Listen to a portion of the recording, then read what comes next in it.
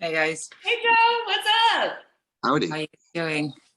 Nice Good. to meet you. This is Xavier. Nice to meet Hi Xavier, I'm Dara. That's my real name.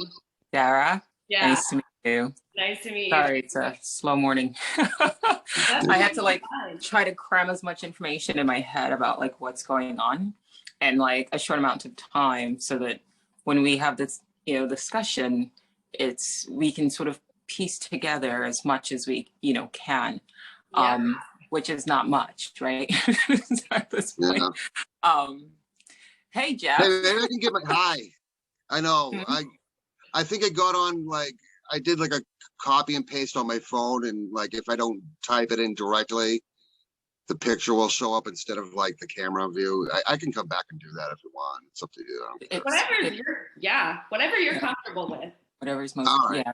Yeah, I'll be back in a couple of minutes. Let's see if I can do it the hard way and my Okay. camera work. Okay. All right. That I'll be sounds good. back. Okay, so just for the sake of, because this is being recorded, let's sort of talk about what have you like watched? Yes. Then I'll sort of piggyback off of, Yeah. what you're saying.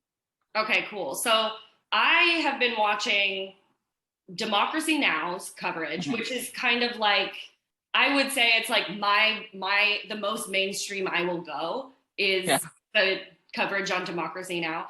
And then I'm trying to remember her name, or I don't know this person's pronouns. It starts with a K in the Discord server. And they sent the Jimmy Dore show. Oh, Priya. Priya. Yeah. Priya, thank you, Joe. And so I watched the first video she sent, the Jimmy Dore show, and then I've been watching his coverage. He's a comedian, but I've been watching the journalists that he interviews on there and getting their perspective. Then I have watched a couple of Tucker Carlson videos just to see what he's saying. Yeah, that's good. Yeah, and I've kind of stayed totally away from MSNBC because I know what they're just having more warmongering type of people on there. So okay, so they want war? Yeah, I think you got it working now. Awesome. Hey. Hi. Another person coming in too. That's it. Hey Genghis. Hi there. Nice to see you. Nice to see you. Okay, so that's interesting that it seems like the left is calling for war. Is that what I'm hearing? Like, that's crazy. What happened? Seriously, where are we right now? Bombing brown people. It's like, kill them people. Like, what? It's on Russell Brand's videos. He said this multiple times, and I resonate with it. He's like, I thought we were like the left were supposed to be the anti, like, and before it used to be the Republican Party that would come in and be like war hawks, war, and now it's backwards. Yeah. Well, I mean, I don't know. I sort of try to weave in as much as, of the esoteric as I possibly can, and sort of throwing in that whole thing, like maybe this is not the only reality that we're in and we're constantly shifting.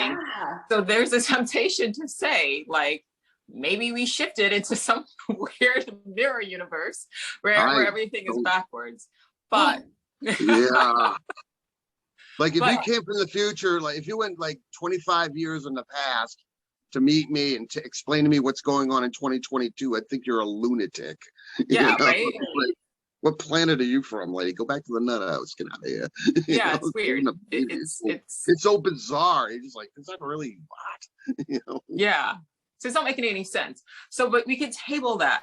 I'm going to just put out some thoughts that you guys can sort of marinate on, and then let me know what you think. Yes. So there's this guy called the Real Merkaba on YouTube, and he does more things about like Egyptology and things of that nature. But randomly, he just kind of popped up. I don't believe in randomness, but he popped up this morning. So I went and checked out one of his videos, and it said something to the effect of, the title was called like, "No, I didn't predict this," or something like that. So I was like, oh, that's interesting. I tapped on it, and it was a lot of dancing around. Like, he sells his videos, he sells his information. Right. So you have to be mindful of that. You kind of have to filter through like what he was trying to say because he wanted you to buy his video. But one thing I did get from it was he did make a good point of saying, listen, because there's some people out there that are like, no, Putin's actually the good guy here. And I'm like, okay. They're all assholes. Like, we're not, there's no, like you said, there's no good versus bad. They're all fucktards, right? Like, so let's stop that. Let's just put that, let's table that aside. Yeah. Like, this is not going on. Like, that's not what's happening. Stop looking for a good guy. Yeah, we've evolved. I think we've like reached the point just as a species to realize that like they're all shit. They're all psychos. Yeah. But the point that he made was, he said, listen, Biden, they had a conference, a teleconference, a Zoom meeting between Biden and Putin, and the cameras were there. So there's a camera. It's like, okay, guys, like, that's weird to me, right? Hey, guys, I'm going to start World War III. Wait, hold on, though. Put my makeup on. Yeah. And we'll schedule this meeting at 11 o'clock and make sure the cameras are ready and it's like time to go. That's weird. Joy ain't going to remember where to find the button. But that's weird to me, right? Wait, I called the nurse by accident. I'm sorry about that. Where's the button? Where's the any key? Well, it's interesting what they want to put on camera and share. And this is something that has really been on my mind lately, is like what they put on camera and share with us versus what they hide from us, because they have look at what's happening to Julian Assange and how important keeping secrets are, but then transparency is important in this case, but not in this case. Yeah, why do you want this on camera and selective why morality or something? Selective ethics. Right. Yeah, it's a bit sus to me, right? And it's very, so you have to be mindful of that. If a person has been, and on the podcast I did say, like, let's pretend that Putin was a Black person. I mean, let's just be real. And he literally, like, legit has weapons of mass destruction, not just a Black person, a person of color. And he legit had weapons of mass destruction and wasn't like Chinese where they control all of our resources now because we have shipped everything there and they produce everything. Let's just table that. He wouldn't be, I mean, like, he met with that one boxer guy, the short guy, I think he's like Scottish or whatever. Doesn't matter. But he was like, he was really kind of popular a while ago, MMA fighter. Oh, Conor McGregor.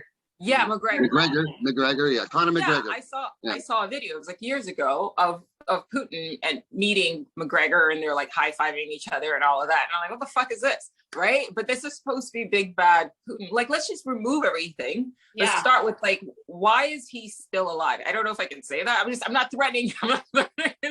That's not what let's kill him now. Right. No. I'm kidding. I'm just saying. I'm kidding, NSA. I'm kidding. Yeah, he's clearly joking. We're not threatening world leaders. I'm just saying, why is he still alive? Right. It's not like if a celebrity knows where he is and can meet with him, why is he still alive? And he's threatening the world with like a third war. Sean Penn interviewing like somebody too? I forget who. The president, was it the president of Ukraine or? No, well, I don't know. He had the interview with El Chapo too. Remember that? Oh, I remember that. A few days later, he got caught. What? A few days later, El Chapo got caught. Yeah, well. Go ahead, Sean. Let us know where he is. Yeah, we don't know where he is, except we can run interviews with him. That whole thing just seems weird, to me. And you kind of want to take everything that's going on with a grain of salt. So anybody that like that, there was a video that Priya did post, and I went to watch it, and I was grateful that she posted that because it was like an ambassador or something like that was on that show. Remember, I put on the Discord channel, I said, well, this did not age well, because he was saying, right? He was like, we're not going to, like, this is bullshit. The West is saying that we're going to like invade. We're not going to. 2 days later. Oh, yeah, and it's like, okay, so what's really going on? Things like, they're not gonna invade. Are you crazy? I think it's like, why would we trust that leader? And like, why would we trust, honestly, any leader? I don't think Putin's gonna put a bunch of tanks on our Ukrainian border and not use them. And not do that. Yeah.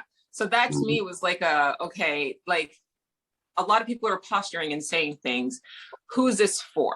Another thing that I watched today, like completely unrelated to politics, but it was like this thing on it's a YouTube channel. It's called The Acolytes of Horror. And it was about I don't even remember the name of the movie, unfortunately, right now, but I will put it in the description. But it was like a movie with like set in like the Middle Ages about two men telling a story from their perspectives. And I almost want to go back and maybe try to find it. And then the woman, like there was a woman that was the wife of one of the kings, and she ends up being like assaulted. And then she's just kind of there. Like her fate is determined by the actions of these two men and how they choose to interpret it. And I'm watching, I should probably go find it actually, because it is pertinent to what I'm saying. But as I'm watching, I'm thinking that woman represents us. All right. Yeah. So we, the collective, are watching these assholes, kings, leaders, kind of do their thing. And it's a lot of posturing, it's a lot of ego, it's a lot of drama. Yeah. But for what purpose?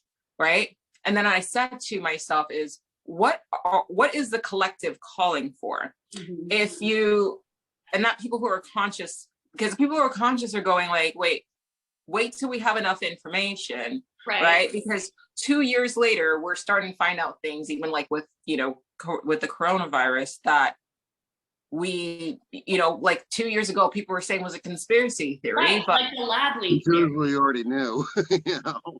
Yeah. You would be kicked off the internet straight up for saying that a year ago. And now it's coming out that it's probably true. It was actually definitely true. And we also like sponsors it, but whatever.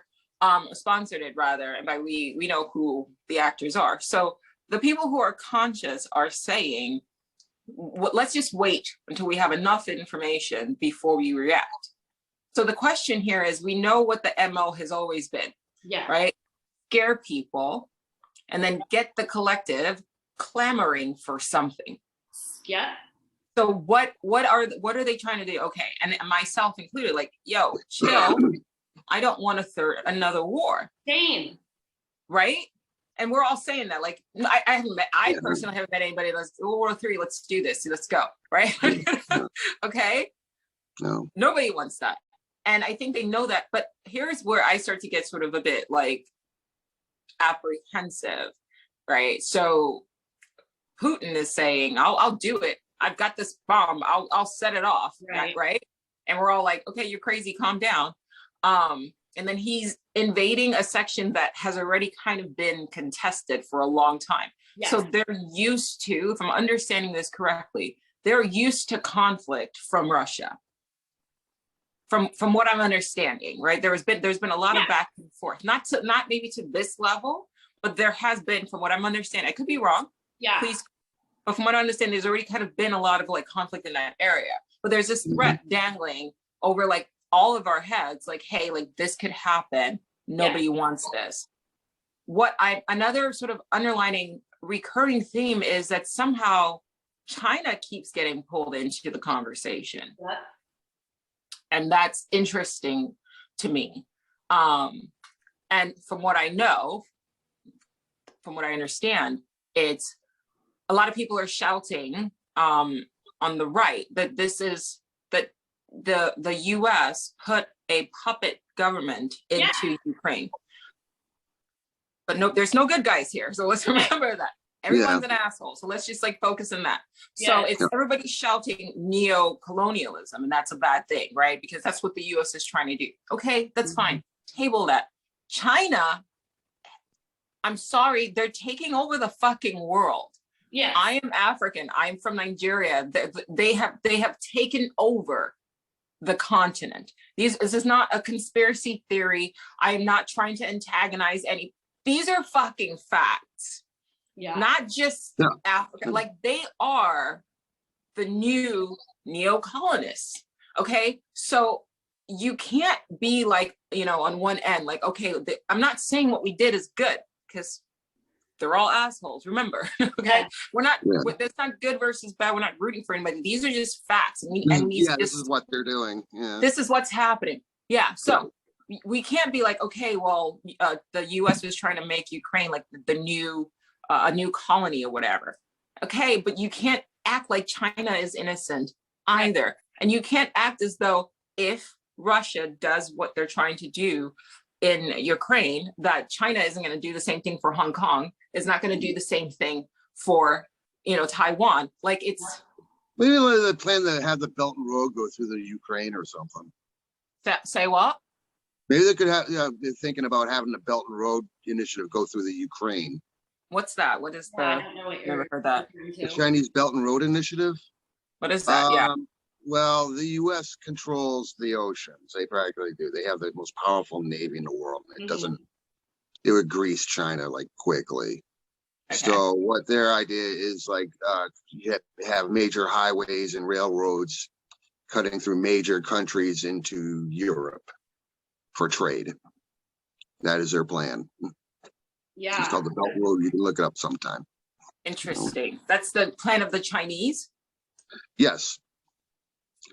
And I've seen a map of it right now. It's like they'd love to put it through Afghanistan. And, they're making, the Taliban, of course, they're not at war with anybody anymore. They will probably want to be a legitimate government and trade with other countries eventually. That's interesting. And see, Manpreet in the Discord channel mentioned he posted the thing from a statement from the Taliban. Right. Calling for peace. Yeah. Which is I don't know the Taliban. As we're talking right now, in my mind, I'm just trying to start to list the players. Like, because I think about the different countries and the different territories and their leaders and like the biggest players, the US, and China, Russia. And then I think about the billionaire class and the oligarchs of each of these places and collectively. And I'm just trying to figure out who is benefiting from the constant chaos. That's the question. That's the perfect question. Yeah. Keep on. Who profits? If it didn't benefit them, they wouldn't be doing it. Exactly. Right. But it's not going to benefit us. Whatever the fuck is going on right now. It's not going to. Yeah. So when we're sitting there and you see the media and the news and they're like, they want this narrative of Putin is a bad guy or Putin is I don't fucking care. Because at the end of the day, who's suffering? Who's dealing with the consequences? So I don't want to hear really, it's the people. It's the masses. It's us. So for example, they're using like gas prices in California right now. It's like $5. Yep. I'm not going anywhere anymore. It's going to get to a point where I'm just like, you know what? What's outside? I can go to my front yard and I'm good now. Like it's, we're going to be the ones suffering for this. Yeah. What they're saying is it's because of this crisis. But is it though? Right? Never let a crisis go to waste. Right. During the lockdown, most people were confined to their homes. And I watched like gas companies, like their stocks dropped, right? Because people weren't flying as much as people. And we've seen companies use COVID as an excuse to price gouge, right? Oh, supply issues, whatever. It's bullshit. And now I'm seeing the same thing happen with gas. And they're saying, well, because of what's going on, that's why we're going to start to see. No, let's tell the truth. It seems to me, I'm not saying I have all the truth, but if you put things together, it seems to me that petroleum companies lost a lot of money during the lockdowns. And this is their way to profit. I read an article, I think it was written by like on Robinhood, and they were saying a lot of the companies are just raising their prices to where consumers can basically bear the brunt of it, right? Yeah. They're not as efficient as they used to be anymore. They're not producing as much as because they just figure, oh, COVID, and then we'll just like eat the bullshit that they feed us, right? And we're seeing the same thing with gas. So we're saying it's this crisis so that gas companies can now kind of recoup the losses. Whatever is going to happen here, they're not going to be affected. Like I said on the podcast, they have bunkers. Like you mentioned, the Russians, the oligarchs, all of these people. Have bunkers. they literally have bunkers. Inverted skyscrapers. It's not a conspiracy theory. Yeah, it's this. This Let's is just bust up a dam and flood the tomb. You know, then it's a flooded tomb. That's about it. right. You know? Right. So when you start watching the theatrics, you have to kind of take a step back and go, you know, the people that are acting like, oh, we don't really want this, you know, and they're flying from here to there with their guards and things like that. You have to take a step back and realize that from Putin to Biden to whomever the fuck, even G or whatever his name is, they meet together. Right. Like there was a pod Save the World. I think it's kind of left. They were saying, yeah, yeah, it's pretty left. Yeah, it's left leaning, but I still listen to it just to hear what people are saying. And what they said was, before Putin made his move, he had to have spoken to Xi, I don't know what he's, the president, prime minister, or whatever of China. Mm-hmm. Right? No, Z. Z isn't, I think. XI. XI, yeah. Yeah. So I don't know how to pronounce that. Apologies. Yeah. My last name is not pronounceable, so I'm not trying to be racist. I'm just saying I don't know how to pronounce the name, so it is what it is. Gotcha. So you got to be mindful now because people get offended about everything. So they said, no mistakes, Joe. You can't make any mistakes. Right. You can't be a human being. Abolish the police, but we're going to police the shit out of each other constantly. How dare you? Abolish the police, but not the one inside your head. Exactly. Facts right there. Right. Yes. Exactly. Not go by my narrative. You're going to make me cry. Stop. I'm sorry. I misspoke. Anyway, I don't know his name. XI. President XI. He had to have met with. So when we talk about, like, let's just sit here and talk about the fact that even the word conspiracy theory, like the fact that it's become so demonized for people who just sit and go, hey, you know, there might be a group of people who have a lot of power and meet in secret to plan shit. People go, oh no, that couldn't possibly happen. This is a conspiracy right now. This Zoom meeting, right? By definition, it's considered a conspiracy. We have what? Wrong thing. Well, I'm just saying, it's a small group of people meeting together. What? That was what people would say, though. But yeah, like, go ahead. Well, by definition, it's a small group of people meeting together to discuss what to do now, except we don't have any power really beyond the power of moving people, right, with ideas. That's it. Now, to think it's so far-fetched that, I don't know, people with actual fucking power come together, you know, have a meeting in secret to go, how are we going to strategize to move the collective? Even though the guy who literally wrote the book on propaganda, Edward Bernays, in one of his books, it's called Crystallizing Public Opinion. The intro starts with an interview that the author wrote with Bernays when he was like in his 90s, Edward Bernays. And he came out outright and said, Bernays outright said, yes, there is a small group of highly intelligent people who are the shepherds of the human race. It is our responsibility. Yeah, he says it. Well, I believe it. You can I think I read that somewhere, Google Edward Bernays quotes. There's, I think, a Goodreads website will pop up, and there's just how he says it. There's a small group of people who are like highly intelligent individual. Hello, Sean.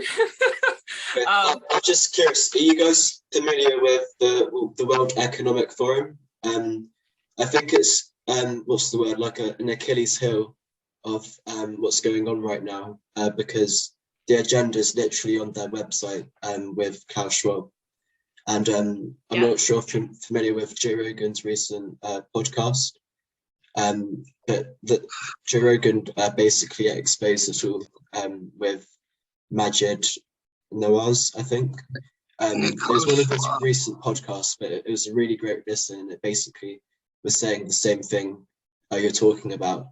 You can look it up on YouTube as well, how Klaus Schwab is saying how they've basically infiltrated, if not, but all of the world governments. And what's happening like today and like the last 2 years, I think for me, it's just really highlighted how dependent the collective reality is on the corporate media. It just how few people are able to control so many via the news. It's really interesting to look at, like psychologically as well. Wow, Klaus Schwab. That's like what happens when Dr. Evil and Count Dracula have a baby, Yeah. you know? But I guess it's no longer like we don't know. It's no longer where we don't know who they are. We do know who we're against. It's the World Economic Forum, and they literally wrote a book called The Great Reset. And yeah, it's literally right in front of our eyes now. Someone's pulling the World Economic Forum's string. Yeah. Yeah. So The brand's done a great job as well at exposing them. He's tends to be on the left politically, but I think with COVID he's been red pilled, and his YouTube channel as well. He's doing like amazing videos, basically exposing Klaus Schwab as well. Amazing. Thank you, Sean. There we go. I think we're past the point, although they have always sort of moved with the idea of we're going to tell you what we're doing. Right? That's always been their MO. I mean, some people have theorized that was just like part of, I don't really know. Some people have said that it's like magic or whatever, magic with a K. But part of the reason why they can do the things that they do is that if we consent to it, and compliance in a way is still consent, right? Ignorance, right? There's ignorance of a law. Ignorance of the law is not an exception to the law, right? If I jaywalk, but I didn't know that jaywalking was illegal, I'm still going to get a ticket if, you know, the cops pull me over and say, well, you're jaywalking. Well, I didn't know that it was the law. Well, it doesn't matter. The law is the law, right? So if you are ignorant to what is going on, you're still complying. Yeah. If they tell you what they're doing and you do nothing about it, you're still complying. Mm-hmm. And like Sean just said, like the information is out there now. It's not even hidden anymore. It was like in the beginning of COVID when people were saying, hey, this thing came from a lab. And then the masses attacked people who were trying to tell them, no, like this is what's really going on. Right. And now it's kind of come full circle. Now it's in the forefront. So maybe 10 years ago, if, Sean would have been on YouTube and said, listen, this is like, this is an economic issue. These guys are globalists. They are not nationalists. Like they don't even see, they don't, pledge any allegiance to any country, right? It's all about their finances and their, it's all about their finances and, how do we make the world? How do we shape the world? How do we move the world to where we benefit? Where exactly. If you would have said that 10 years ago, the masses, right, would have attacked you. But now he's saying like it's right there. Now what do you do? Hasn't it? So I have a couple of thoughts. One, hasn't it always, and Sean, hasn't it always been available information? So didn't he sell that on Amazon, the Great Reset book? Yeah, I'm pretty sure I've ordered it on Amazon. I haven't read it yet. But you can literally get it on Amazon, and they're publishing a new book as well. So why were we being called? Well, I wasn't saying this back then, but why were people who were ringing the alarm bells being called conspiracy theorists? I think more and more people are waking up to this. If they're talking about it on Joe Rogan, the biggest podcast in the world, and I think we've certainly come a long way, and they're going to have to do some explaining about what the Great Reset actually is. They tend to like sugarcoat it with the like technocracy being like a good thing, how it's sort of like necessary for the good of everyone and the betterment of humanity. So maybe perhaps what's going on now is like a Trojan horse. They're going to follow their set agenda, and then an outcome of that is their predestined plan for what they already had in plan before. And it's the same with COVID as well, with digital IDs. If you said to someone 3 years ago that we'll be having, you know, digital IDs, you know, preventing people from getting into, you know, the hospital or even just, you know, a basic shot, you'd have sounded crazy. But look where we are now. I'm not sure what it's like where you guys are in America, but in Europe, especially in Austria and Italy, it's insane. I'm definitely grateful that in the UK that basically all restrictions have been lifted. But that's not to say that digital IDs are still not a thing, and they're probably going to be re-implemented in the next couple of years. Yeah, if we don't stand up. Yeah, in Boston, the mayor was like, she's as probably as woke as can be, and she was started on all these mandates for bars, restaurants, places like that. You have a proof of vaccination to enter these places. But a few days ago, she said, like, I'm gonna do away with that. We're gonna lift those, you know, right away. It was like no explanation. Her reason was like, well, the numbers are down enough, we can lift them. Like, yeah, okay, sure. You know? That's kind of where I'm leaning towards, right? Like, pay attention. They really want this, like, this, I think it's a false dichotomy, right? Like, good versus evil. Who's the bad guy here? They're all dicks. Like, they're all bad guys. If you really have to see things to, you know, with this good versus bad, fine. They are the villains. Like, it's not Putin versus Biden, you know what I mean? Or, you know, Trump versus, it's all of these motherfuckers, excuse my language, but it's all of them. Yeah. Like I said, 0.0001%. Yeah. It reminds me of that TV show, remember Colony? Oh, I haven't seen that. Colony? I haven't seen it. Yeah, it was like a alien takeover. They already took place. You know, the invasion and takeover already happened, and they walled off sections of like California and cities, you know, and Los Angeles was walled off everything else, and they each had their own governor over every city, and you know, they ran it with an iron fist. You know, but it was just like a lot of the people in there, like, if you comply with this, would be fine. You know, they obviously they had their own snitch lines, and you know, the aliens like took like the most disqualified people for office and had them in high positions of power. You know what I mean? Like, they took one guy who was originally a librarian at Stanford University. They put him in as a governor, and some other woman was a washed up movie, you know, producer, and suddenly she's a president of, like, you know, the human communities and stuff like that. It's like, I mean, it kind of sounds like now. what's going on there? When was this made? Sorry, go ahead, Jeff. Sorry. Yeah, Colony. Yeah, Colony. Check it out sometime. It's pretty good. Yeah, when do you know around when it came out? Sorry. It's on Netflix. It's on Netflix. Yeah. Okay. Yeah. I think it's one of their original series. I'm pretty sure it was.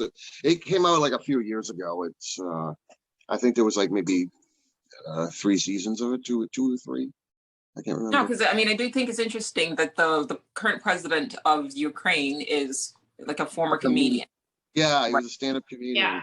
Yeah, and then you have Trump that was in power. You're like, what the fuck? Yeah, he was in WWF. Yeah, okay. Yeah, that's weird. And I think Macron, either it's Macron or the Canadian Prime Minister, they're even Biden, dude's like 95 years old. Like, why are you serious? You know what I mean? Like, that's interesting. Now I gotta watch that show. So I'm wondering if we can circle back to, I've just got some thoughts about this good versus evil thing. And this is something I've been wanting to say so badly and kind of get off my chest to another group of people who are awakened, I guess. But like, I have a 10-year history of working in social justice. I've been a leftist, radical leftist since I feel like I had my first awakening when I like realized how fucked everything is in the United States and how horribly we've treated Black and Indigenous people and people of color, and my experience as a woman, femme type of person, how that people have treated queer folks. And I had that first awakening.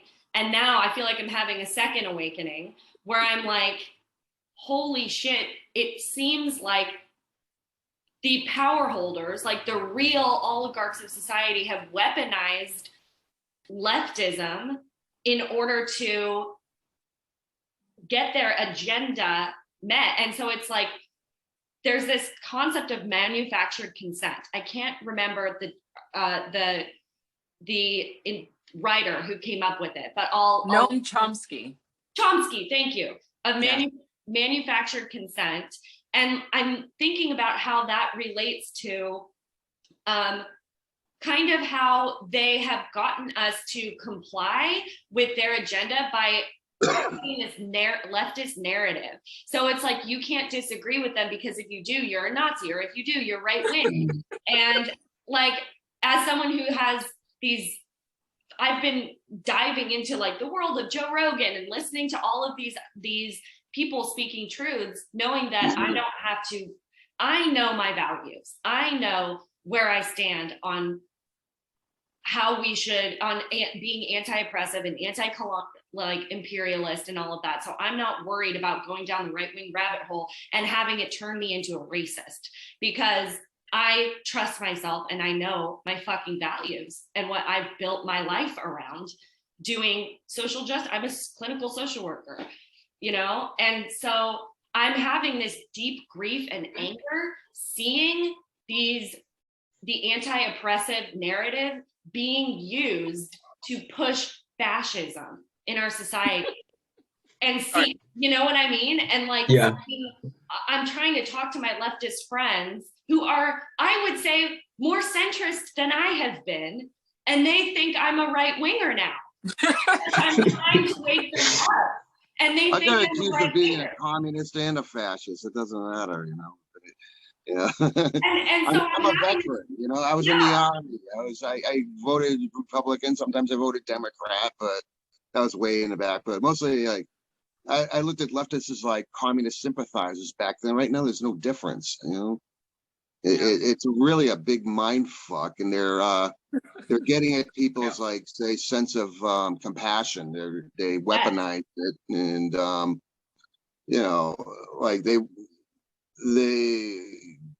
have you go in a certain direction under this, you know, the guise of compassion, and like we're really out to help these people, but they're being exploited even more. Yeah.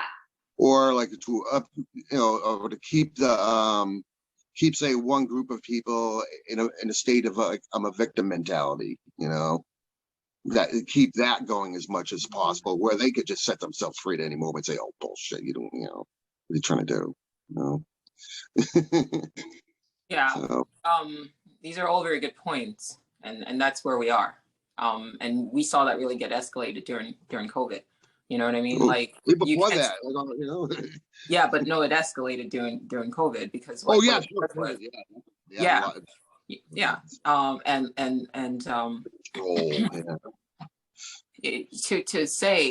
to start with the whole narrative of, and it is absolutely true. It is scary. It's a psyop, right? Yeah, exactly. Perfect word. Yeah, and they absolutely. Like Dara said, they absolutely weaponize. That's the right choice of words. So, and I've seen this, and that should tell you that the people behind the scenes, the true villains, I don't even like using the word villain to describe these people, because I like villains. So I don't even think they deserve the term villains. No, because if you look up the it's happening on both sides. It's happening on both sides. They're fucking psychopaths. They're not villains. You see people on the right side of the thing. Never mind what the left would say. You guys seen it from the left. From the right, it's like you wouldn't believe the propaganda coming through there. It's like, whoa, that's definite psyop. They're saying like, oh yeah, Hillary was already captured secretly and tried and executing Guantanamo. And there was a clone of her running around. That's how serious they are. But it is a psyop. So ultimately, left, right. And this is something that I keep trying to sort of echo. It's happening on both. It's happening on both sides. It's happening on both sides. Both people who identify on either side are being fucked with, right? Because like you're mentioning, okay, these conspiracy theories. First of all, even the idea that we have now sort of identified, we've been forced to identify anybody who thinks freely as a conspiracy theorist. Or a right winger. What? Or an automatic right winger. No. So if you are a free thinker, you're put in this box of you are a conspiracy theorist. Yeah. But in that box are people who also think like Hillary's not really Hillary, and she, you know, so they just take any sort of, and where are these ideas coming from? Where's the idea that, you know, Trump actually switched faces with Biden and Trump is actually president right now, right? You have to, like, we laugh, but they are under the same, these people are on the same psyop as the rest of us. Yes. You get it? And the idea is, if at any point in time you are questioning the mainstream narrative, then you are this, right? Yep. If you go, wait, what the fuck is going on? You're insane. No, I'm not fucking insane. I want to know what the fuck is going on. Yep. Yeah. When you said the word conquer. Exactly. Yeah. When you said the man word versus woman, black versus white. Because right. It is 99.9999% us versus them. And the way they stop us from turning around and going, wait, fuck you guys, is if we're policing, like Dara said, ourselves. Yeah. The reason why I know, that's why I said I don't want to use the word villain, because if you actually look up the etymology of the word villain, it meant the common people, which is fucked up because somehow even the word that meant common has now been bastardized to mean evil. It's weird to me. Yeah. So let's get those commoners. It's such a riff, Ralph. That's just what it was. Look it up, because I looked it up and I was like, what the fuck? That's weird. They're psychopaths. Hey, the reason why sorry? I heard somebody speak. The reason why the commoner has always been the villain is because if you remember in medieval times, the peasants were like the ones that were stealing, raping, pillaging, and the noblemen were in castles and living righteously, but the unrighteous were the poor people. Well, it depends on how you want to define unrighteous. I think that the poor people probably didn't think themselves unrighteous. And if you're living in a castle and people, you know, have to steal, it's probably because you have hoarded their wealth. Yeah. So that's my perspective. But projection. What? It's project. Yeah, exactly. It's the nobles, you know, it's like, you know, say, oh, there was thieving riffraff, and meanwhile, I don't ignore the part where I just took one of the peasants' brides and had sex with her, and then brought her back later on. I didn't, you know, ignore that part. Right, because they'll say the same thing about us, right? Like, look at us, we're animals. Like, I've seen that narrative, right? When people like, anyway, I'm not even going to jump into that right now. The point I want to say is that they absolutely weaponize compassion. And the reason, we saw that firsthand most recently with Joe Rogan, right?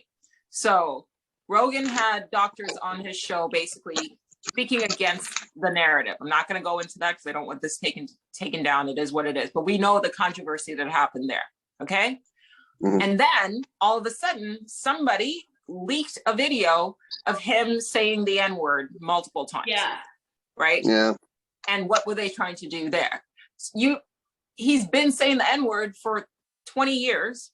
Nobody said shit until he spoke against, right? The status quo, big pharma or whatever. And all of a sudden, Black people, now we're supposed to get emotional and call for him to get no, fuck you.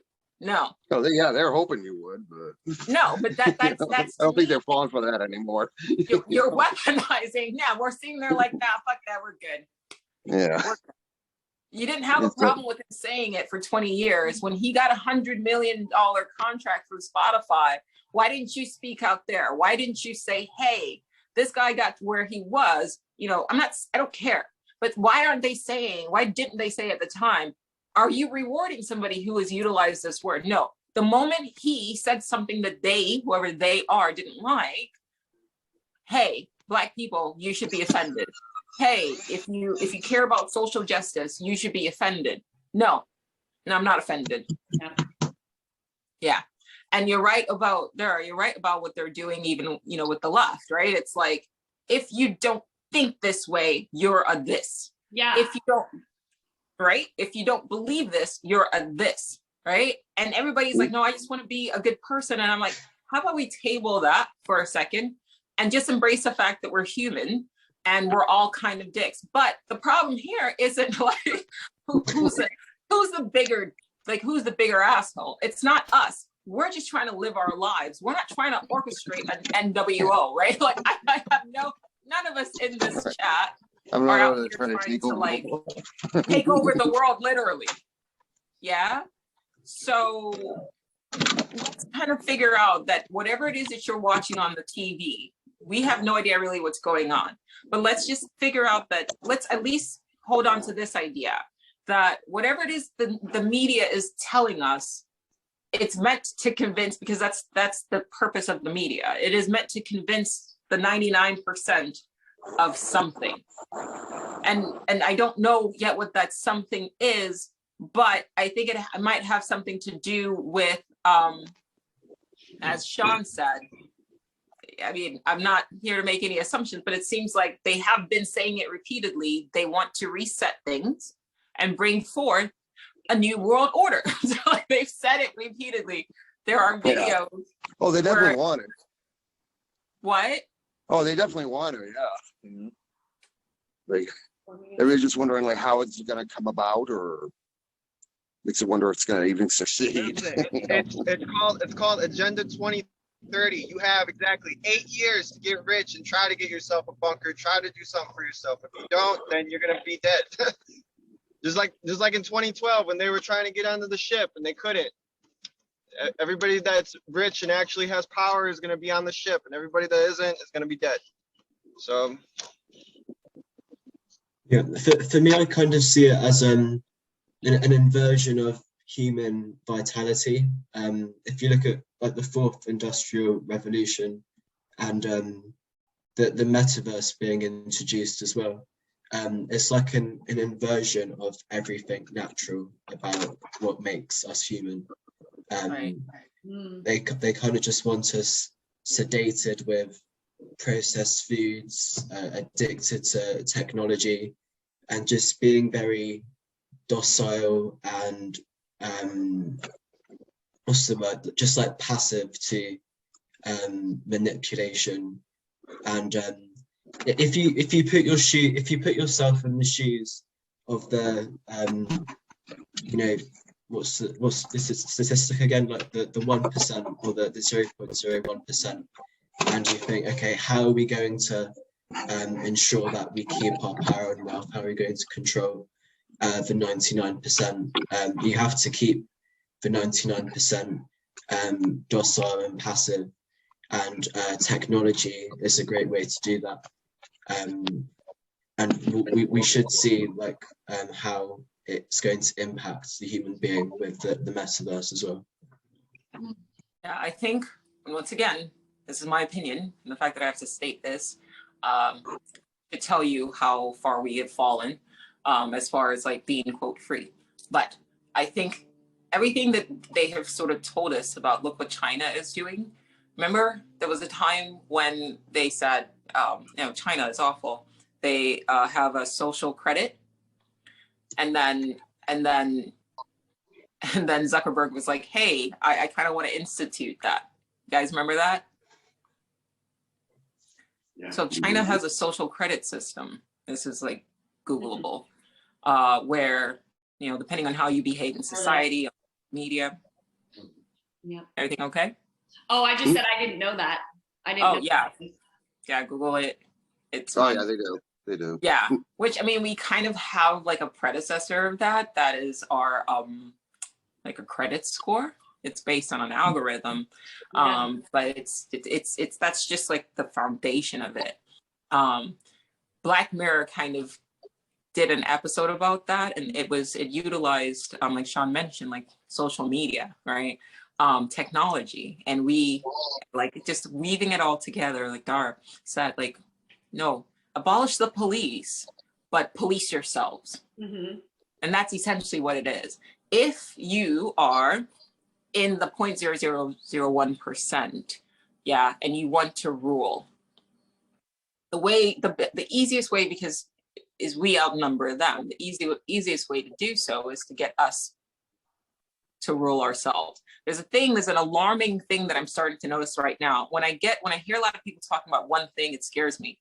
And there's a big push for like mental health. Dara, you know, this is your field. There's nothing wrong with being mindful of mental health. But what I've noticed a pivot, I've 3 friends this month have gone on antipsychotic medication for depression. Damn. 3 friends. And that's not something you can just decide you're going to get off of. Like, you have to wean yourself off of it, because that's how much it incorporates itself into like your system. You have to wean yourself off of it.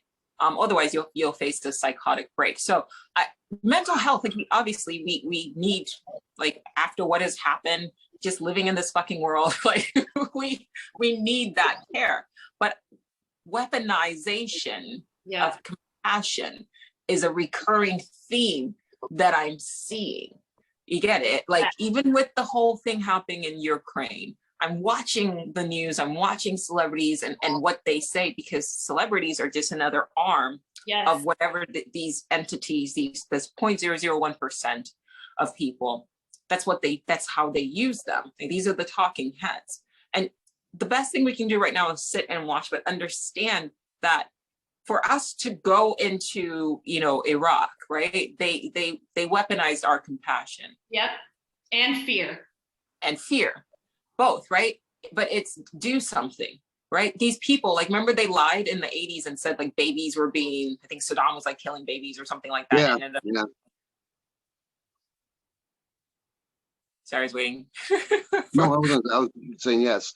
Yeah, right. And then ended up being bullshit. So on some level, that's why I say I don't like the term villain for them, because there's some really good, well-written characters that are villains, but they have compassion. These people are absolute psychopaths, and they see our compassion as a weapon that they can utilize to meet their needs, to accomplish whatever goals that they have. And Sean made a good point there. It's systematic, right?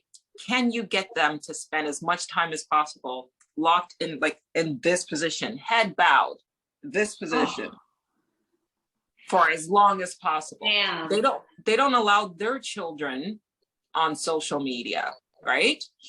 They've all come out and said, yeah, no, I don't, you know, they put their kids in private schools where there's no media. I'm not going to allow my children on my phone. Like, the celebrities come out and say the same thing. My kids don't have cell phones, da, da, da, da, da.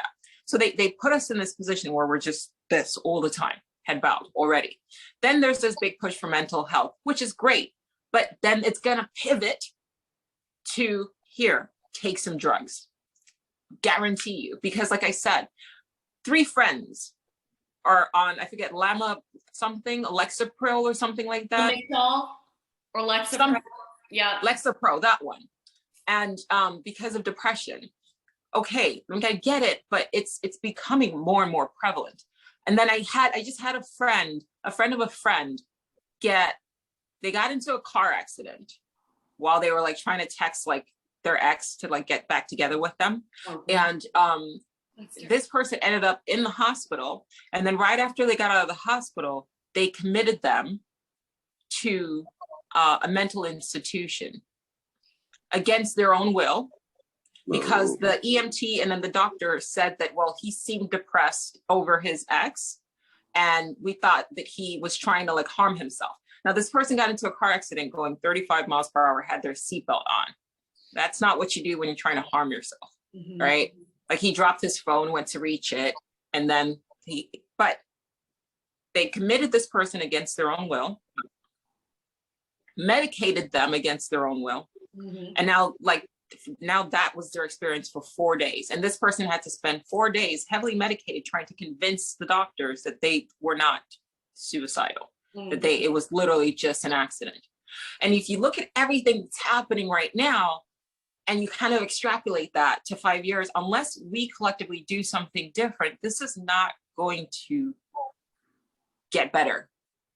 it's going to become increasingly more like people who have power want more power, just like billionaires who have money want more money. It's not going to stop. It's going to become increasingly more and more. I think you're hitting on something really good, especially with what you're saying about mental health. When we were abolishing slavery, before that or around that time, it was considered a mental health disorder that Black people wanted to get free. I just read about that. Yeah. It was considered a mental health disorder that Black people wanted to get free.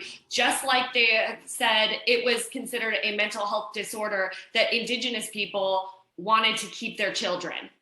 Right. And so mental health does get weaponized. And I am a therapist, and I do absolutely, I see some validity and the complexity and nuance of medications. However, there are plant medications that treat depression, like mushrooms. Yeah. Okay. And other sorts of plant medication that work. And they aren't drugs that are created in a lab, and they're short-term interventions. The thing is with medications that the pharmaceutical company puts out is that you have to take them every day. Psychedelics as treatment is a short-term intervention that treats mental health, but that's not as profitable, so illegal. No. And that's a whole other thing. We're seeing how it all ties in, but the war on drugs. And I think that there's something really, really important that we're getting around to with the PSYOP thing, the weaponization of compassion, the weaponization of fear, calling people who are trying to get free, or naming the pursuit of freedom and the pursuit of well-being a mental health disorder. And this is coming from somebody who treats mental health disorders. So there is a lot of nuance here, and and I have to choose my words carefully, because I'm not saying that there's no such thing as depression, that there's no such thing as PTSD, that there is, we know how it impacts our brains. This is really complicated, and treating mental health and caring for mental health is not a substitution for, it is being used as like yet another distraction. And another tool for these oligarchs to keep going for what they want to go for. And it's like this additional, it ties into capitalism of like a personal responsibility. It's like, you have mental health disorders. It's on you to fix your mental health.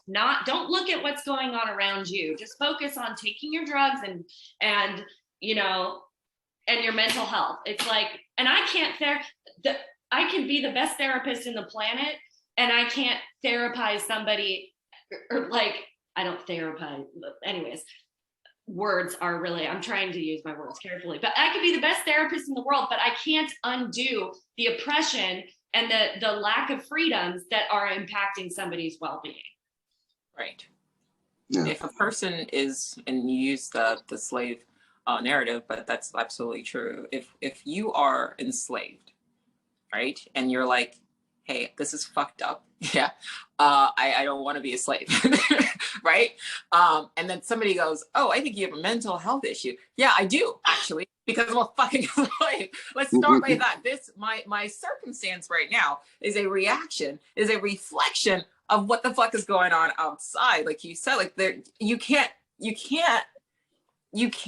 discount the environment, right, that is influencing what's happening to the individual, right? But like COVID, once again, I'm gonna go back to it. COVID happened. We were locked down. We've been socially isolated. Like we're scared. We can't hug each other. You know what I mean? Because we were afraid we might kill our fucking loved ones. Yeah. Like, all of this stuff. And then all of a sudden, like everybody's getting the press. And instead of them sort of addressing this issue, right? The way they're going about trying to address it is, oh, well, okay, here, take some drugs. And like you said, it's something that you have to take every day, but it doesn't fix the actual issue.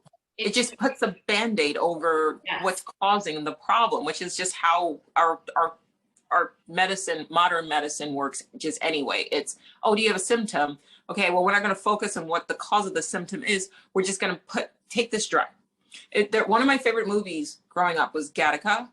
I was just thinking about that movie this morning. Yeah, I remember that a long time ago.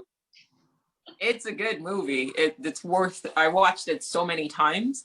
But one of the things was, hey, just take this pill. Are you having like an emotion to like the fact that you're looking around and on some level you're thinking something's not right?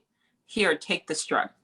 Instead of, hey, let's collectively figure out what's wrong with our society, it's, hey, take this drug. And as Sean said, eventually what they're hoping to do is, hey, one, they've already, I'm not going to go into details because whatever, but they're already working on the reduction of the population aspect of things. Like, let's not act like that's not an actual agenda. I don't know why people have sort of demonized anybody saying that, because every fucking movie that comes out, the villain comes out and says, there's too many fucking people. Like, I don't know how many, I mean, we're not the ones putting out these movies. The media is telling us that they think that there's too much of us. Yeah? Oh, hello, Thanos.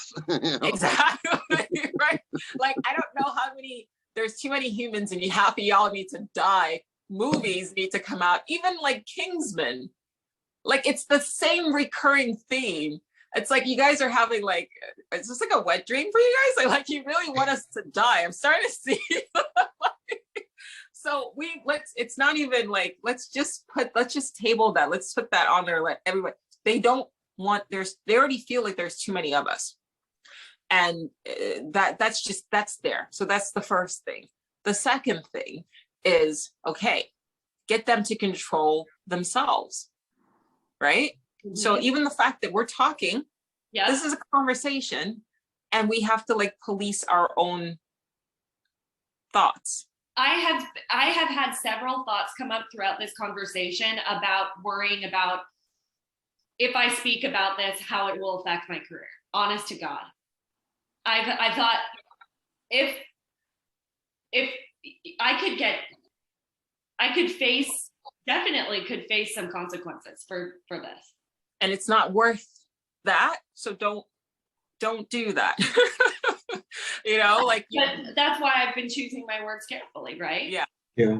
I know I mentioned Russell Brand before. But if you look at his YouTube channel, 5 million subscribers, he does an excellent job at basically describing what we just discussed now. He's very careful with his words. But you're able to see how passionate he is about seeking the truth. Yes. Yeah, I was actually surprised because I saw him. He's coming out with a movie, it's like a Clue type of movie or something like that. And I was like, wow, I'm glad he's working. I'm surprised that he hasn't been, completely ousted. So that maybe is a good thing. But yeah, the fact that this is where we are, this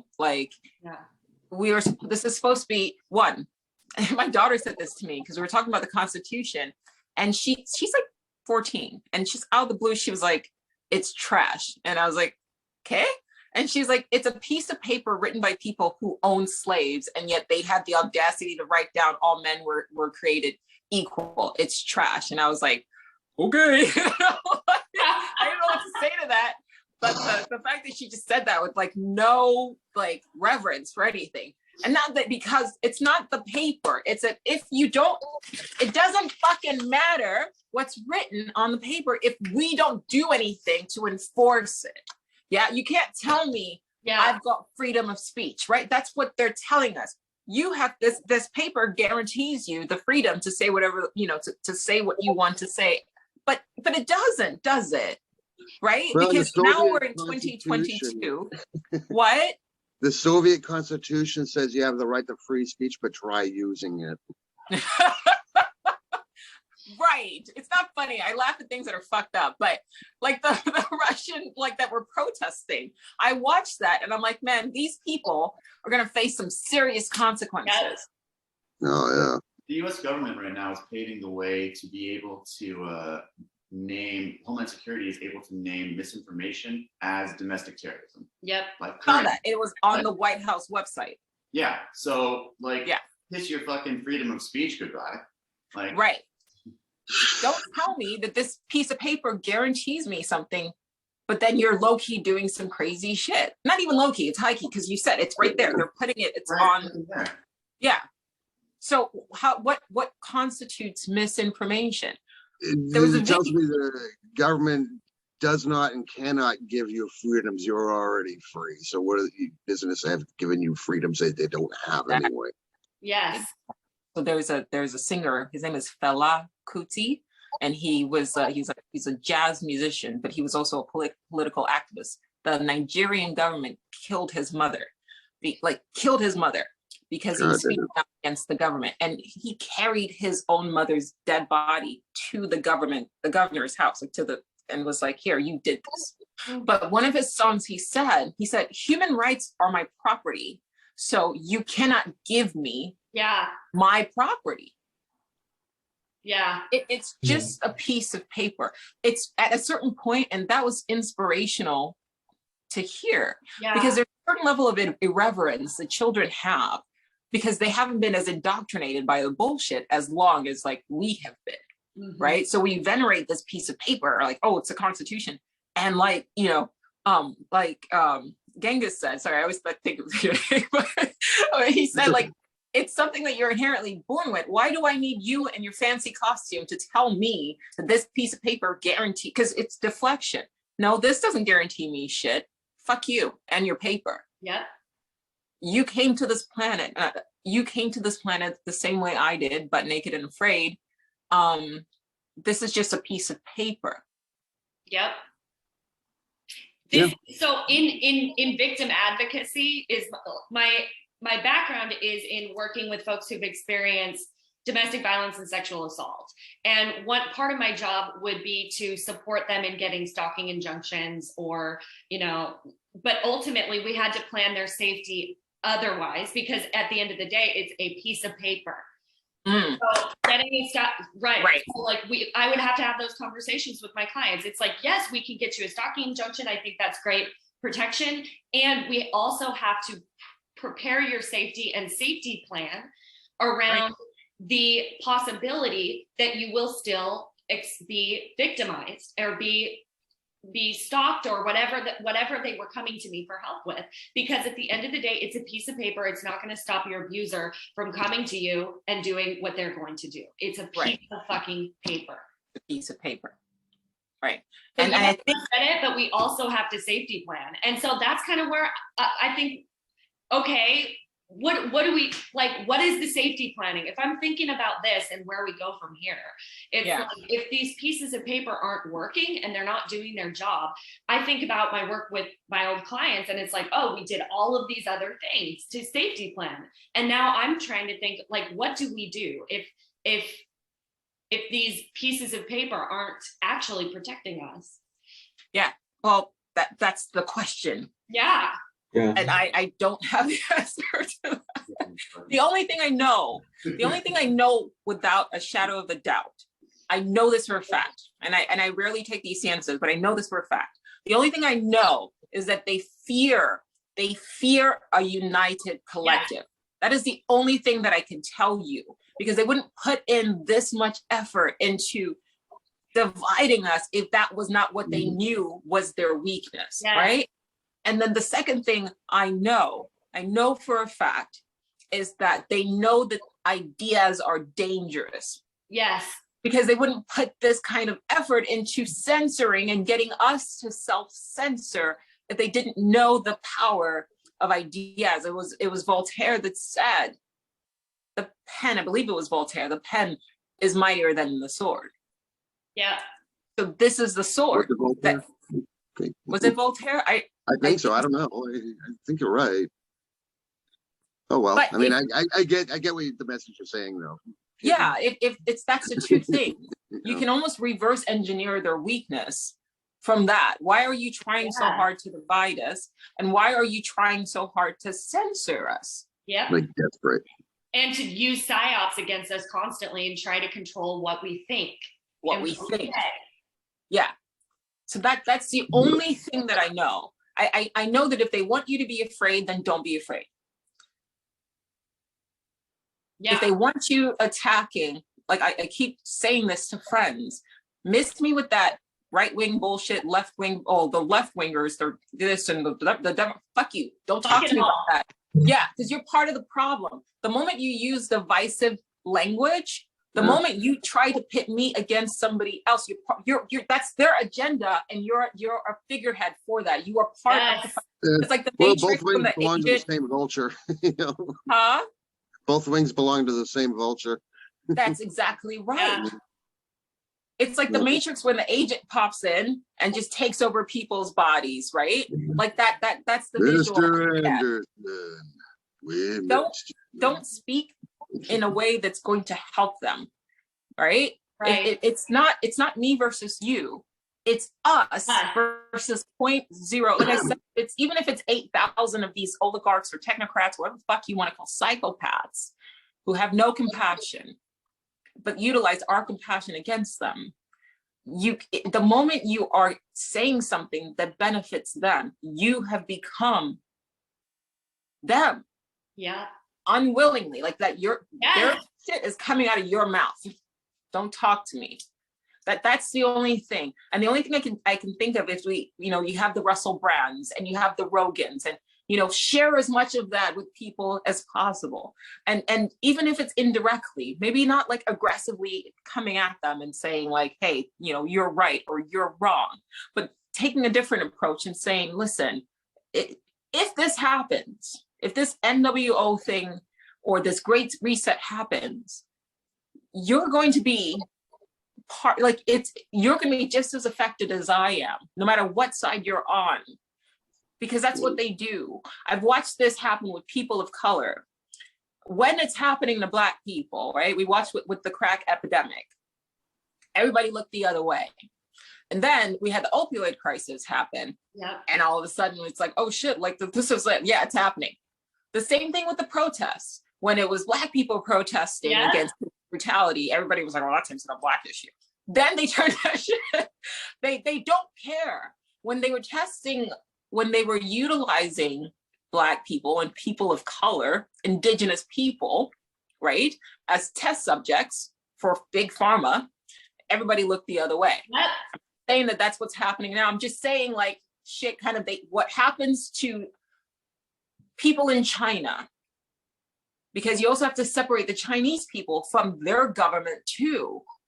We're watching that shit happen. And you guys remember during the beginning of COVID, and we were watching like the Chinese citizens getting like locked in their house, and like all this crazy stuff was going on, and they were being oppressed. Even myself, I was like, whoa, that sounds fucked up, but that's not me. First they came for the socialists, and I wasn't a socialist, so I didn't speak up. Then they came for the Jew, and I wasn't a Jew, so I didn't speak up. Right. And then they came for me, and there was nobody left to speak for me. And I'm looking at the protester, the trucker Canadian protester, and I'm like, finally you're listening. Like, this is what like Black people who have been protesting and indigenous people who have been protesting. And it's like now you get it. Now the mask, the mandates and all of that. And I'm on board with it. I agree with the trucker protests. I think that they are, but I'm like, hey y'all, can we, and instead of being like fighting with each other about it, can't we say, oh my God, see, and I think those of us who felt this way before shouldn't be like, oh, fuck the truckers and use that to divide. We need to be like, oh, see, now do you see truckers? You get it. Can we all be on the same side now? Like, that's exactly right. Because eventually, even if you think that a person who doesn't want to get a vaccine is an anti-vaxxer, okay, that's cool. But eventually that shit's going to flip. And then they are going to try to force you to do something that you don't want to do with your body. Yes. It's a slippery fucking slope. Like, there's no good guys here, period, on this planet. There are fucking psychopaths, and then there's the rest of us. And we're just as guilty as good and bad. I do some fucked up shit all the time. It's fine, whatever. Like, sometimes I intentionally fuck shit. That's the other thing, is that we are so afraid of our own shadow, and we're so afraid of being seen as a racist or called a sexist or whatever, that we're not willing to look and be like, you know what? I do have parts of me, I have a shadow self. And Right. like, maybe I was raised in a total culture of racism and sexism. So maybe there would be a little bit of that inside me. And it's my job, instead of saying, oh no, I can't be racist. No. And being all like completely stunted and paralyzed by my own white guilt and by my own fear of being seen as a racist, saying, maybe I should open the door and explore a little bit of myself and accept that I might not be fucking perfect. And that's okay. You're not perfect, and that's okay. I say fucked up shit, guys. Like, you know, like We all do. We all do. Guilty. We all do. And so this expectation of perfection is making people afraid to speak and afraid to unite and afraid to connect. Because what if somebody sees that I'm not perfect 100% of the time? Yeah, you're not perfect. So own that shit, and then let's move from there. You know what I mean? Like, own that shit, and then let's move on from there. Let's accept the fact that to be human means to be imperfect. That's literally, you cannot be perfect and exist in this reality. It's not a thing. And so we like, end up doing more harm you have the by potential being to be somebody committed. greater or be a complete tyrant. It's both in you. Both of that is potential is in you.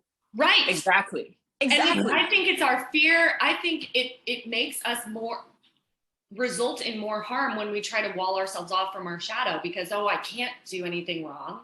And like it naming the potential for harm within you and within all of us, I think and it doesn't mean that we're a psychopath. It doesn't mean that we're going to, turn into a psychopath. And I think people are too afraid of them. The fear, man, we're afraid of ourselves. Right. We're afraid of ourselves. Right. Yeah. We're afraid of ourselves to connect with each other. And that's why I'm like, I'm trying to work on that, of not being afraid of myself. Yeah. And that's why I've started to expose myself to new ideas and information, because I trust myself that I know what my values are. Yeah. And being exposed to new ideas and new information isn't dangerous. They want me to think it's dangerous because they want me to be afraid. And I know what my values are. And the more I've trusted my values, the more I've allowed myself to open up the world a little bit more. And guess what? I end up connecting with more people. Yeah, I think environment is really, really important. I myself and my family, like, we're in completely different wavelengths. So I find myself during the day with podcasts, books, audio books, I literally have to program myself with information that resonates to keep myself sane. And I'm looking forward to I'm going to be volunteering at an off-grid farm soon. And I'm not really too bothered about the location, but just to be with people where you can have these conversations openly, and that collective energy, the ideas, the conversations you have, it's an amazing feeling. And I think that's definitely one of the benefits about COVID and the last 2 years and what's happening now. It's accelerating the process of my evolution, I guess. I'm not sure about you guys. Nothing else to do but go within. You know? Yeah, were you guys awake like pre-COVID, or was it COVID that catalyzed your awakening? For me it was COVID. It was only this time last year, and then since then it's just been I've been out of work since last September. Of accessing information and just knowing the truth by how it feels, and it just makes everything interesting. It makes this experience very just interesting. I agree. Beautiful. I'm gonna have to go in a couple of minutes. I think it's a good place to end, because I think attention spans and all of that. I would like to answer, Sean, real quick, and then we'll wrap it up. This has been brilliant. I don't know if, the answers are, quite as succinct as we need to do X, Y, and Z, but it sounds like overall, is connect with people. You know, as best as you can, seek out others that are also awake, you know, or conscious, whatever word you want to use for it. And then community, like organize a community. Like this is a little community. And let's keep that going, you know, and you know, if they need us plugged into the big media, the more we disconnect from it and encourage other people to do the same, I think the better we fare, the collective fares.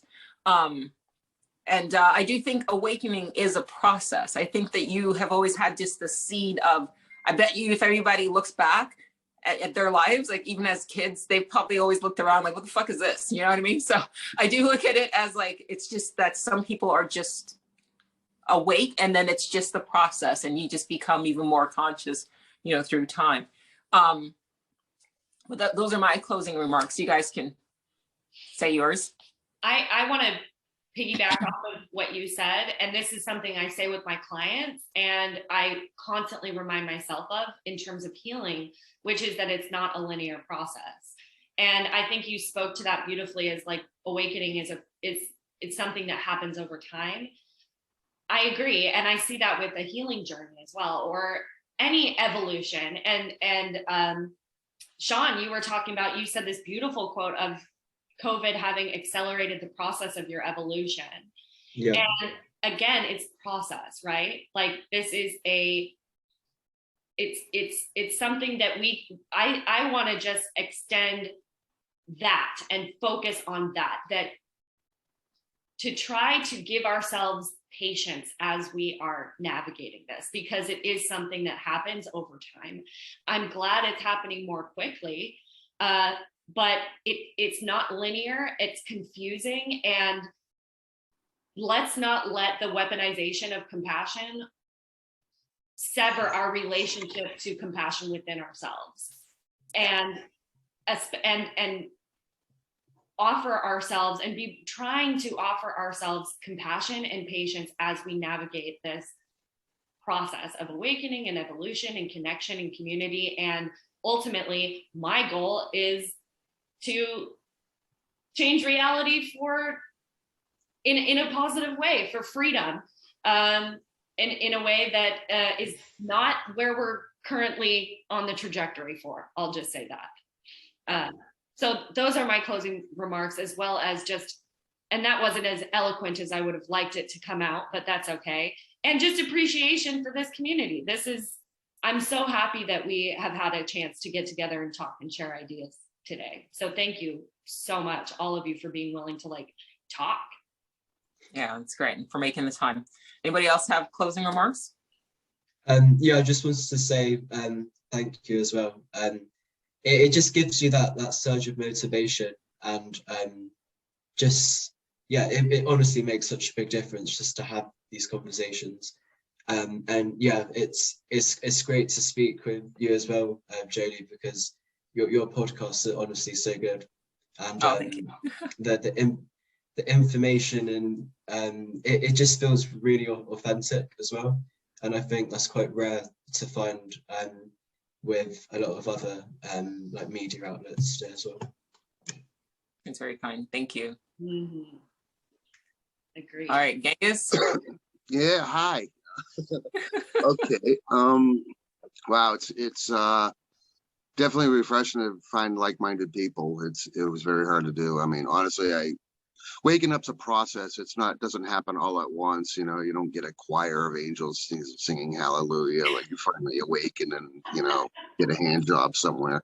But it's like, it's a gradual process. And I did years ago, I mean, at least 25 years ago. I mean, before that, I was just like, there's got to be more to life than, be born, go to school, go to work, retire, go to nursing home, die. And well, I found out, and, there's definitely a lot more to it, and a lot more to life, Yes. And that was like the way things are going down, especially the last couple of years. It's always been going. I've seen it gradually. I mean, I could So like, yeah, I knew they were doing that, but and they find out later. I was like, oh, good, I'm not crazy. Okay, good. You know, conspiracy theory. Yeah, okay. Yeah, I didn't wear a tinfoil hat, but this is what's going on. I'm finally seeing like, wow, we're people conspiring about the but to find people that you get to from all walks of life, from different parts of the world, I don't. This couldn't have been done without the internet. I mean, if this wasn't here, it would take me like maybe 600 years of like searching libraries to find to get to where I'm at now. So yeah, it's helped a lot. There's a lot of things happen. Even this, it's like waking people up. Like, wow, things aren't really what I was told they were. Yeah. Surprise. Yeah. All right, good. It's been good talking to you guys. Yeah, same here. All right, you guys have to get on with your Saturday. Thank you for coming, and we'll get this up, and then just be kind to others, and we'll sort this out, and we'll maybe try to do this again as things progress, so we can sort of keep brainstorming, putting ideas together, and yeah, for sure.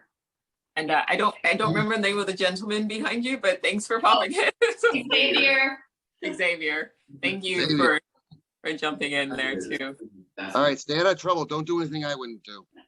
All right, I'll try not to. As Russell Brand says, stay free, right? Yeah, stay free. Can be. That's not a tampon commercial either. I meant stay free. All right, I'll send you the That was a shameless plug for them, okay? Those for the corporate establishment. I just wanted to let them know, be included. We're all one, so.